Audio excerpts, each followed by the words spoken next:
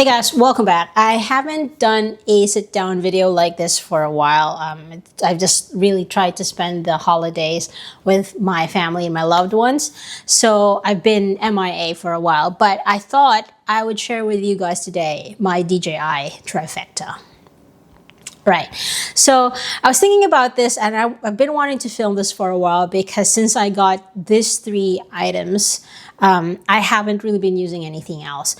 Although today I dug out my Canon M6 M2 Mark II to film this video because I just didn't want it to be wasting away on the shelf. So I thought I'm going to film today using my old camera. But yeah, I'm going to start off with actually the newest acquisition in the group, which is the DJI Nano. Now, I've tried it since it first came out, returned it, was thinking I don't need it because I've got my Action 5 Pro. But to be honest, they do pretty much the same thing. So I decided I was going to sell my Action 5 Pro and get the Nano instead because this is a little bit more versatile for the kind of videos that I make. I particularly like the fact that I can split this two and this becomes a very inconspicuous camera. And this then becomes, the Vision dock becomes my monitor.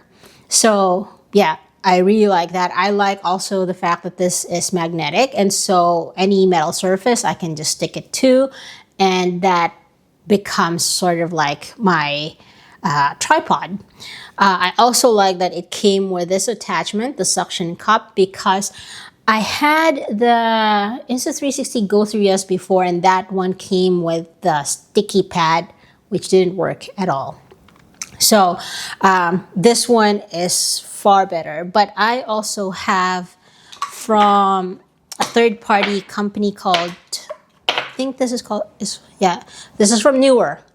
This is a magnetic ball joint, ball head. Yeah, that's another thing that I like is that one is also magnetic.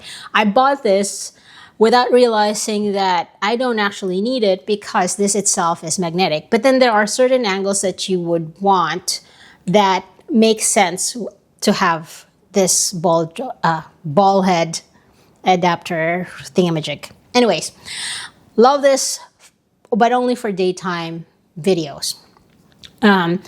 Because I always shoot in 24 or 25 frames per second, 1/50 shutter speed. Motion blur is much more evident during the evening, and I get all of those like jittery lights. So I don't use this in the evening. Instead, in the evenings, I make it a point to use my Pocket 3. Because this has got a gimbal, I have no issues with motion blur. I have no issues with jitters. I have no issues with stabilization. The video is always smooth, and I don't get that dizzying look on my videos. So this is what I really like. Now, I've played with the idea of using a wide angle lens on this one because by itself, the field of view is about 20 millimeters, but if you have the wide angle lens, it becomes 15. So if you are vlogging and you want a little bit more of the background showing, it is preferable to have a wider angle lens. In saying that, the lenses available, the ones that just like are magnetic that stick on to the camera itself, aren't great. Like none of them have strong enough magnets to actually stick onto it. Any kind of forceful movement or sudden shift, it drops, right? It detaches from the camera. And the thing is, I always have a filter on.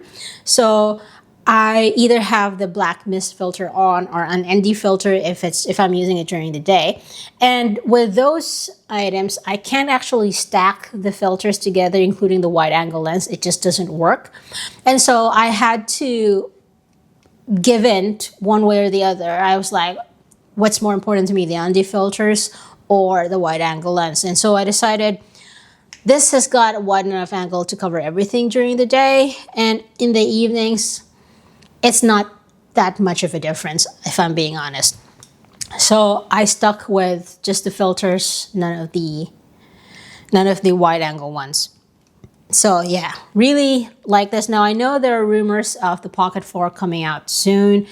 They said December 18th because it's trying to beat the DJI ban in the US, but these are handhelds, they're not drones, and so they're not included in the ban anyway. And so that wasn't the real date. I was waiting and waiting and waiting and nothing came. So I'm still waiting to see what the Pocket 4 is all about.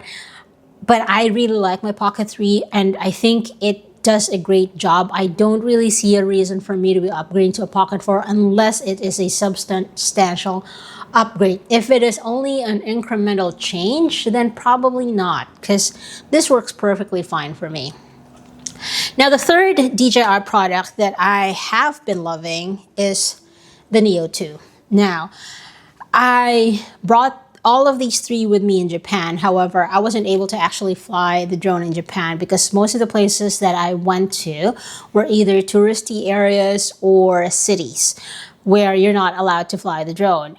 I had some parts of my itinerary originally to go into the mountains and more remote areas, but that didn't pan out, and so I wasn't really able to use the Neo 2. However, in my usage of the Neo 2 here in Australia, I did really like the output. Now, with the Nano and the Pocket 3, they both have D-Log-M 10-bit. However, this one only has a standard profile 8-bit. But if I'm being honest, I didn't need it. I can still, with the power grade that I have saved on my Davinci Resolve, I can still match the color profiles. As soon as I recover the color from the D-Log footage, I can still match all of them. And whether it's 8-bit or 10-bit, when you're viewing it in smaller screens, you don't really see the difference unless you've got a really high, I guess, high-tech, what's the right term? I can't even remember what the right term is. But if your monitor or your TV really has got those high resolutions, that's the term, then you really won't be able to tell the difference. So I'm really liking this because it is portable. I don't have to fiddle with putting out the propellers and turning it on and connecting it to a remote or whatever, because this flies by itself. It's a great follow me drone. I got the standard combos for both the Nano and the Pocket 3, but for the Neo 2, I actually got the Fly More combo. I originally bought this with just the drone and the 3 batteries, that combo, but realized quickly that there are limitations when you don't have the remote control. So I returned that to Amazon and then bought the set that had the remote control where you put your phone to have a screen, the batteries, and the drone. Now, I was never really intending to buy the one with the goggles and the FPV remote because I don't fly my drone that way. My drone knowledge is very basic. I don't think I have the courage to fly the way other people do. Yeah, so anyway, those are the 3 DJI products that I travel with, that I go out of the country with, that I put in my bag every time I go anywhere outside of the city. Mainly because obviously here in Sydney CBD, I can't really fly this because it is a very high dense area. But like when I go anywhere, even 30 minutes out by train, I can. And so I'd always try to bring them with me because you never know what kind of beautiful scenery you end up with and you want to capture that moment. So yeah, there you go. Those are my DJI Trifecta. If you like this video, if you have any questions, please leave them in the comment section down below. Give me a thumbs up if you like this video, and I'll see you all again in the next one.